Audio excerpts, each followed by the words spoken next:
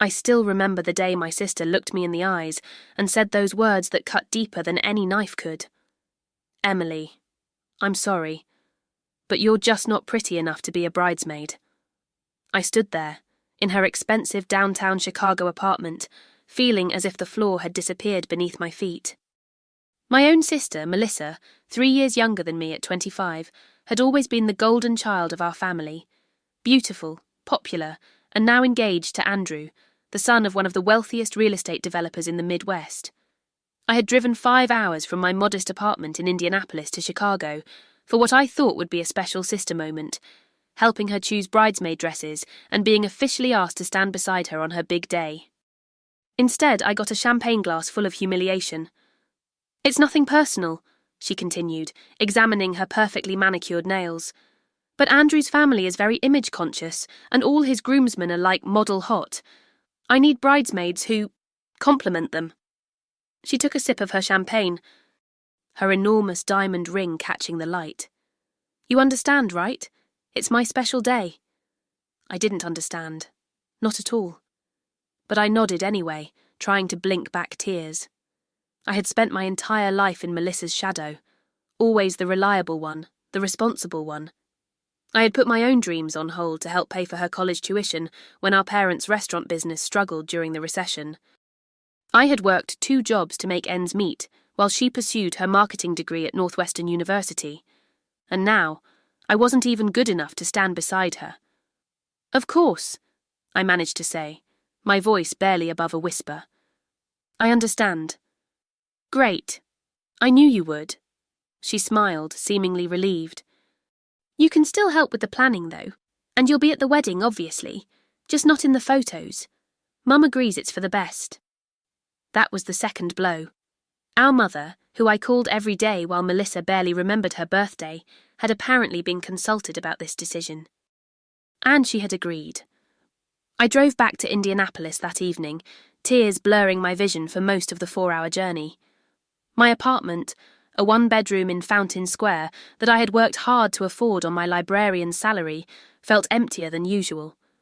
I collapsed onto my couch, my mind racing with memories of all the times I had stood in Melissa's corner, defended her choices, celebrated her successes, and comforted her failures. For years I had told myself that family was everything, that blood was thicker than water, that siblings should support each other unconditionally. But as I sat there in my darkened living room, I wondered if I had been living by a code that no one else in my family shared.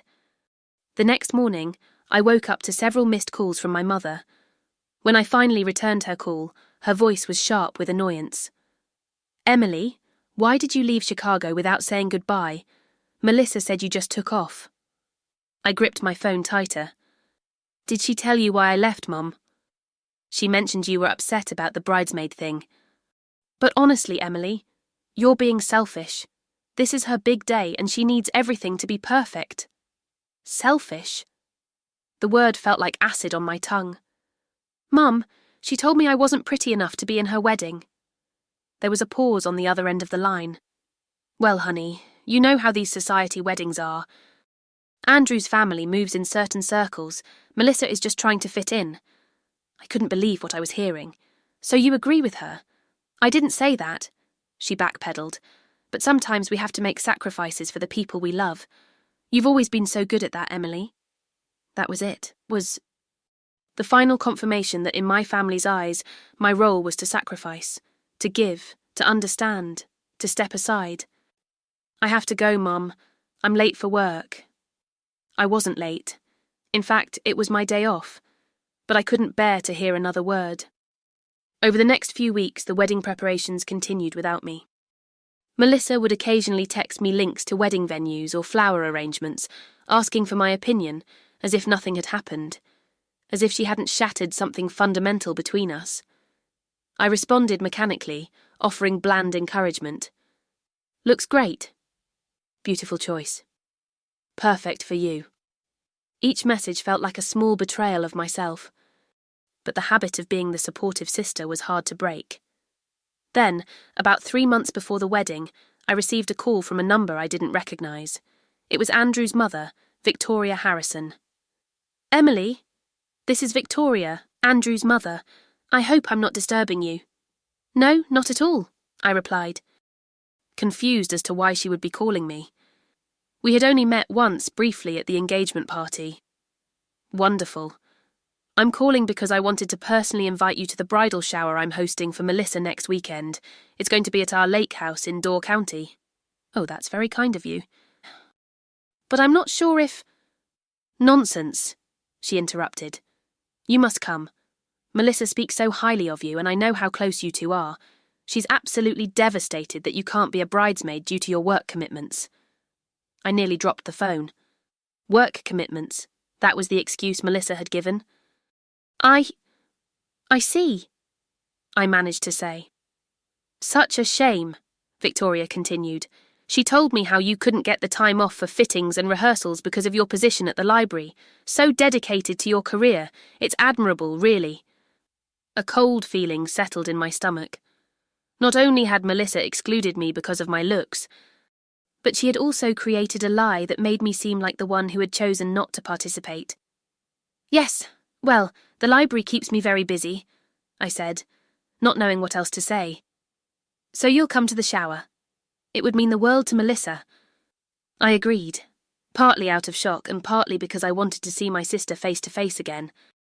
I needed to understand how she could create such an elaborate deception. The drive to Dorr County, Wisconsin the following weekend gave me plenty of time to think. The Harrison family lake house turned out to be a sprawling mansion on the water with manicured lawns and a private dock where a sleek yacht was moored. Luxury cars lined the circular driveway, and as I parked my modest Honda Civic between a Mercedes and a Range Rover, I felt even more out of place than usual. Inside, the bridal shower was in full swing. About 20 women, all impeccably dressed and groomed, mingled in a sun-filled great room overlooking the lake. I spotted Melissa immediately, holding court in the centre of the room, wearing a white lace dress that probably cost more than my monthly rent. When she saw me, her smile faltered for just a moment before she rushed over to embrace me. "Emily, you made it!" she exclaimed, kissing the air beside my cheek. "I'm so glad you could get away from work." I returned her hug stiffly. Victoria was very insistent. "Isn't she the best? The Harrisons have been so generous with everything." Before I could respond, Victoria appeared at our side, champagne flute in hand. "Emily, so lovely to have you here. Melissa, darling, why don't you introduce your sister to everyone?" As Melissa led me around the room, introducing me to her future mother-in-law's friends and Andrew's relatives, I noticed how she emphasised my career every time. "This is my sister Emily. She's a librarian in Indianapolis, so dedicated to her work that she barely has time for anything else." Each introduction felt like another twist of the knife. By the time we sat down for lunch on the terrace, I was exhausted from maintaining a polite facade. During the meal, Victoria stood to make a toast. "I want to thank everyone for coming today to celebrate Melissa. She has become like a daughter to me already, and I couldn't be happier to welcome her into our family." She raised her glass. "To Melissa, who brings such light and beauty into our lives." Everyone clinked glasses, murmuring in agreement. Then Victoria continued, "And I'd like to say a special thank you to Emily, Melissa's sister, who has driven all the way from Indianapolis to be here today, despite her demanding work schedule. Melissa has told me how much you've sacrificed for her over the years, Emily, how you helped put her through college and have always been her biggest supporter. It's rare to see such devotion between siblings these days." I felt every eye in the room turn to me. Melissa's face had gone pale. "Thank you." "Victoria," I said, my voice surprisingly steady. "Family is important to me." After lunch, as the guests moved inside for gift opening, I slipped away to the lakefront. I needed a moment alone to collect my thoughts.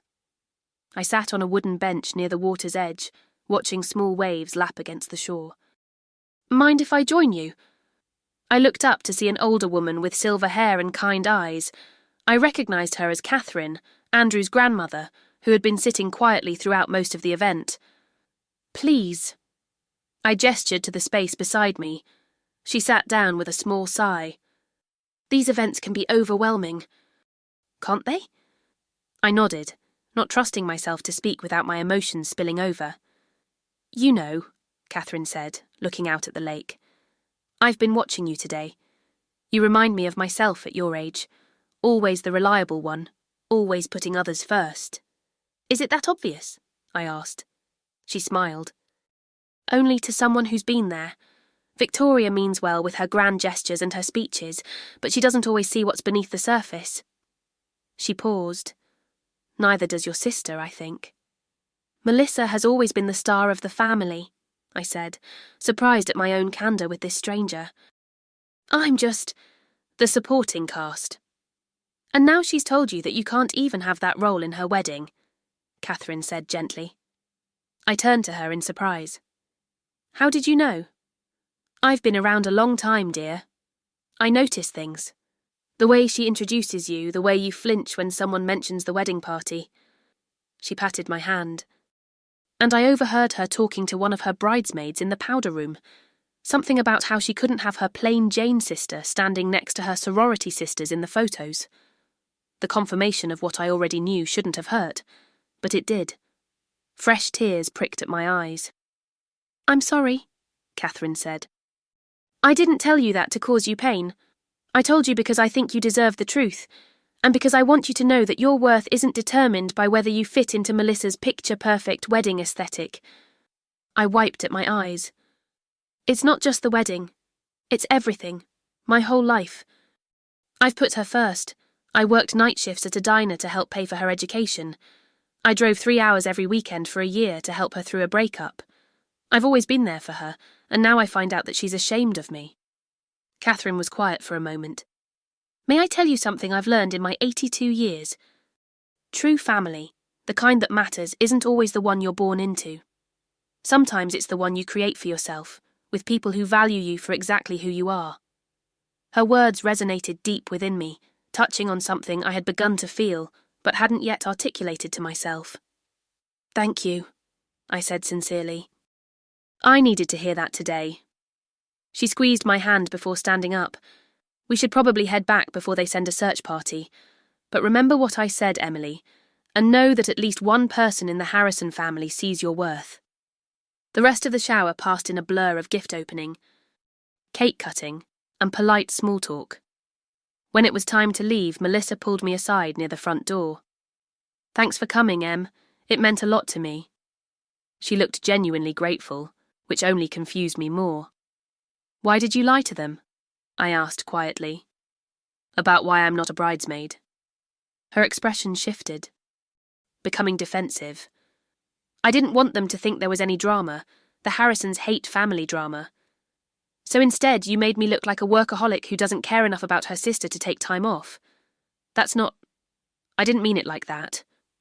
She glanced around nervously, as if afraid someone might overhear. Look, can we not do this here? I'll call you tomorrow and we can talk about it. Fine, I agreed, too emotionally drained to argue.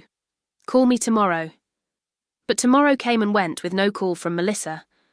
Instead, the following evening, our mother called. Melissa tells me you caused a scene at the bridal shower, she began without preamble. What? I did no such thing. She said you confronted her in front of everyone about not being a bridesmaid. She was humiliated, Emily. I gripped the phone so tightly, my knuckles turned white. That's not what happened, Mom. We had a private conversation as I was leaving, and all I did was ask her why she lied about the reason I'm not in the wedding party. Well, what was she supposed to say?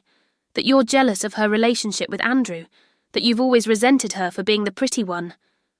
Her words hit me like a physical blow. Is that what she told you? That I'm jealous and resentful? She didn't have to tell me. I've seen how you look at her when she talks about her life in Chicago. Her friends, her job. You've always wanted what she has. I couldn't believe what I was hearing. All these years my mother had interpreted my sacrifices, my support, my love as jealousy. Mum, I put my own college fund toward her tuition when the restaurant was struggling. I worked 2 jobs so she could live in the nice dorm. I drove to Chicago countless times when she needed me. How is any of that jealousy? There was a long pause. We all make choices, Emily. Nobody forced you to do those things.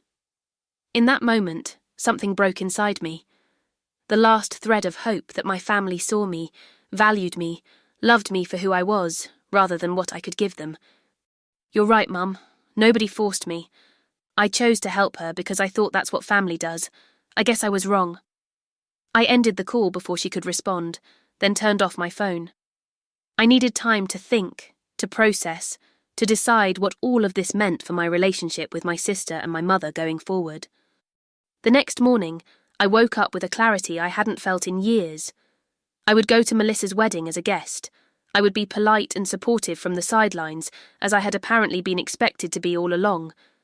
But after that, I would begin the process of creating boundaries, healthy ones that protected my self-worth and demanded reciprocity in my relationships. I turned my phone back on to find several missed calls from my mother and a single text from Melissa. "Mum's freaking out. What did you say to her?" No concern for how I might be feeling, no acknowledgement of the hurt she had caused, just irritation that I had disrupted the family dynamic by standing up for myself. I didn't respond. Instead, I called in sick to work and spent the day doing something I had never done before, putting myself first. I booked a facial at a local spa, bought myself flowers, and made a reservation for one at a restaurant I'd always wanted to try, but had deemed too expensive for everyday dining. As I sat alone at a small table by the window, savouring a perfectly cooked steak and a glass of red wine, I thought about what Andrew's grandmother had said about creating your own family. I had friends, good ones who had often taken a back seat to my sister's demands.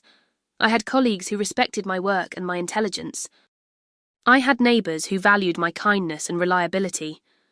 Maybe it was time to invest more in those relationships and less in the ones that left me feeling diminished. 3 days later, Melissa showed up at my apartment unannounced. When I opened the door, she burst into tears. "You're ignoring me. And now Mum says you told her you don't want to be part of the family anymore." I sighed, stepping aside to let her in. "That's not what I said, Melissa. I told Mum that I need to reevaluate some of our family dynamics." She threw herself onto my couch dramatically. "What does that even mean? We're family." "There's nothing to evaluate." I sat across from her in my reading chair. "It means that I'm tired of being valued only for what I can give. It means I'm hurt that my own sister thinks I'm not attractive enough to stand beside her on her wedding day, but lies about it to save face with her future in-laws."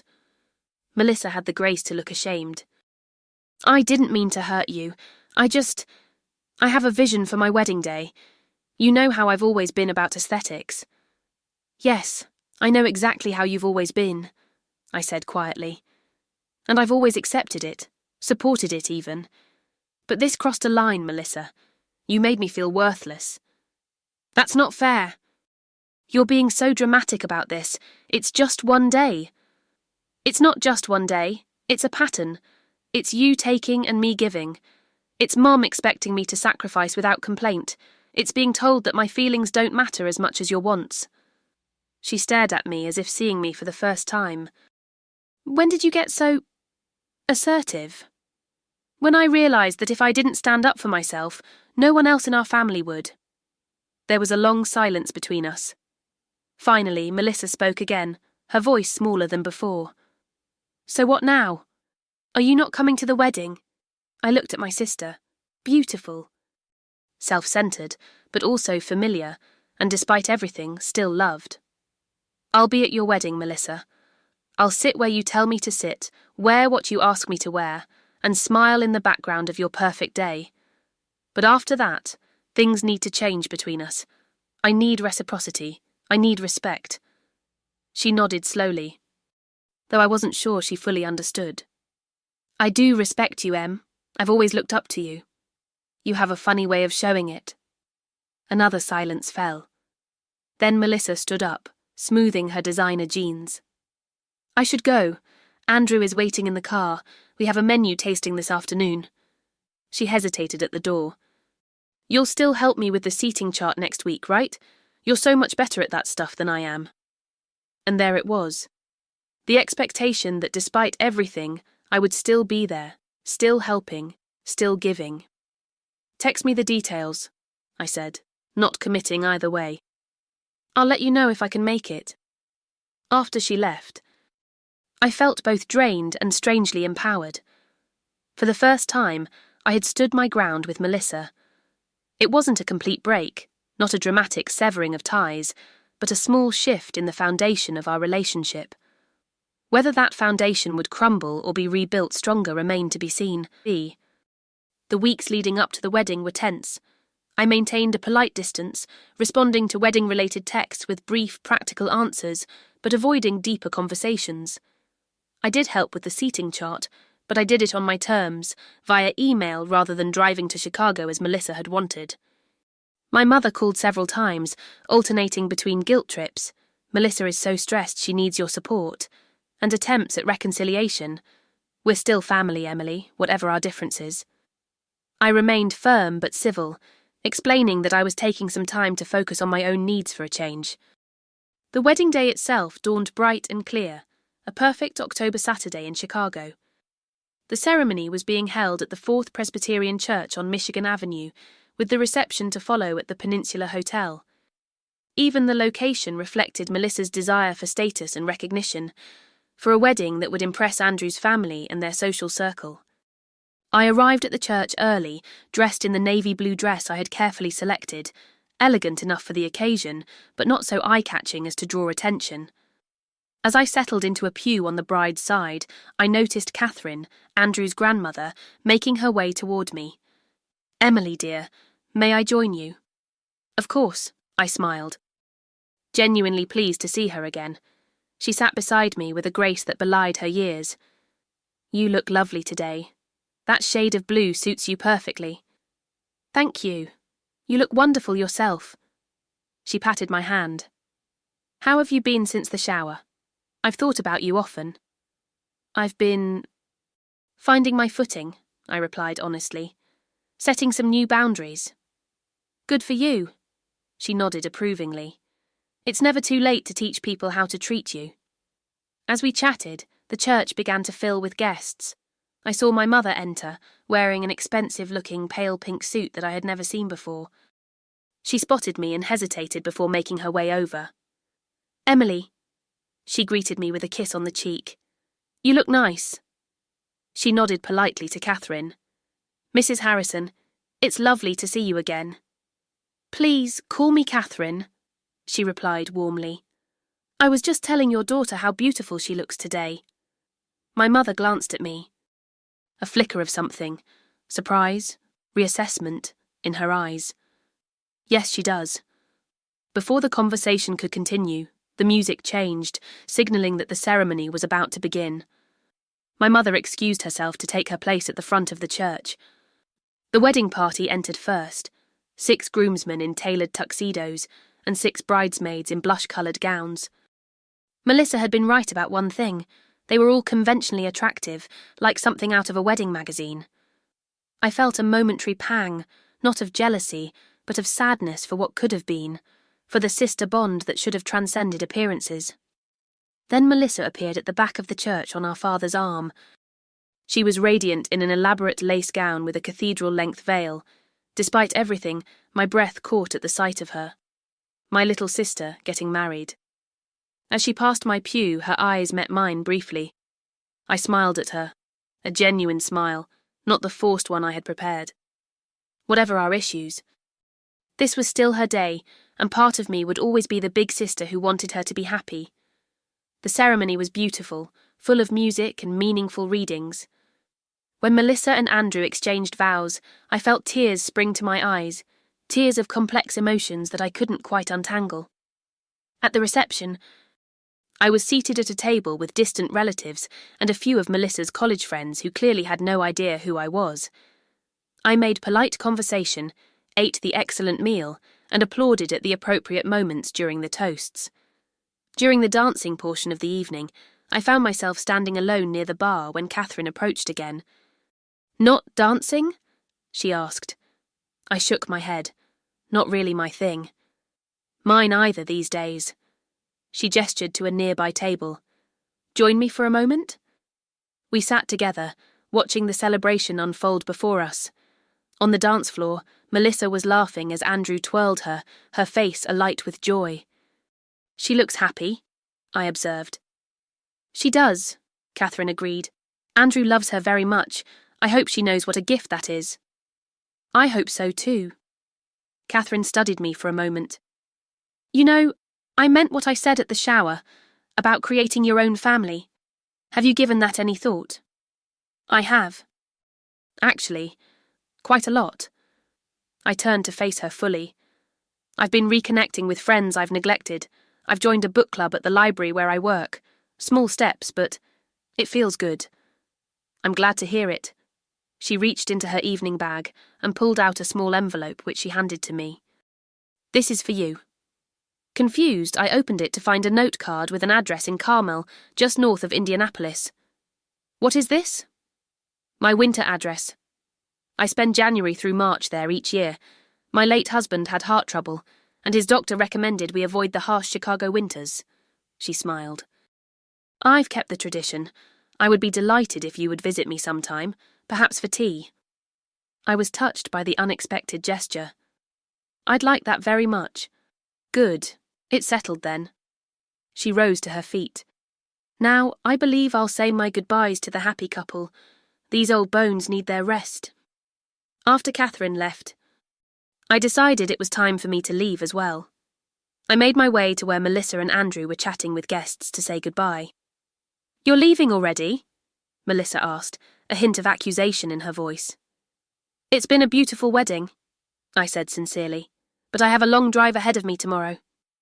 Andrew, who had always been perfectly nice on the few occasions we'd met, smiled at me. Thanks for coming, Emily. I know it means a lot to Melissa to have you here. I nodded, then turned back to my sister. You make a beautiful bride, Melissa. I wish you both all the happiness in the world. I meant it. Despite everything, I did want her to be happy. I just no longer believed I needed to sacrifice my own happiness to make it happen. As I turned to go, Melissa caught my arm. Wait. She glanced at Andrew. Give us a minute? He nodded and moved away to greet other guests. Melissa looked at me, her expression unusually vulnerable. Are we okay? It was a loaded question with no simple answer. We're sisters, I said finally. That won't change, but how we relate to each other needs to change. She bit her lip. I've been thinking about what you said, about taking and giving, and you're not entirely wrong. Coming from Melissa, this was practically a full confession of guilt. Thank you for acknowledging that, I said. So we'll work on it, right? After the honeymoon, maybe we can meet halfway somewhere. Talk properly. It was a small olive branch, but a genuine one. I'd like that. She surprised me then by pulling me into a tight hug. I do love you, Em, in my own messed up way. I love you too, I replied. And it was true. But I was learning that love without respect and reciprocity wasn't enough. Driving home to Indianapolis the next day, I felt lighter somehow. Nothing had been magically resolved. My relationship with Melissa and my mother would require ongoing work and vigilance on my part to maintain the new boundaries I had established. But for the first time in my adult life, I felt like I was steering my own course rather than being carried along by their currents. 2 weeks later, I received a postcard from Bora Bora, where Melissa and Andrew were honeymooning. The message was brief but meaningful. Paradise is beautiful, but I miss our talks. Mean it about meeting up when I'm back. Love, Em. And a week after that, a handwritten note arrived from Catherine Harrison, reiterating her invitation to visit her in Carmel and including her phone number. I added both to my calendar, Melissa in December, Catherine in January. New beginnings. Different relationships on my terms. As I pinned the postcard to my bulletin board, I caught sight of my reflection in the mirror across the room. I studied my face, not beautiful in the conventional Melissa way, perhaps, but strong, intelligent, kind, worthy. Not pretty enough to be a bridesmaid, I said to my reflection, testing the words that had once cut so deeply. They still hurt, but less now. They were just words, not a definition of my value. I turned away from the mirror and picked up my phone to call a friend from the book club about meeting for coffee. It was time to focus on the people who saw me clearly, who valued me completely. Time to be the main character in my own life, not just a supporting role in someone else's. If you like this story, please like this video, subscribe to the channel, and share your impressions of this story in the comments. To listen to the next story, click on the box on the left.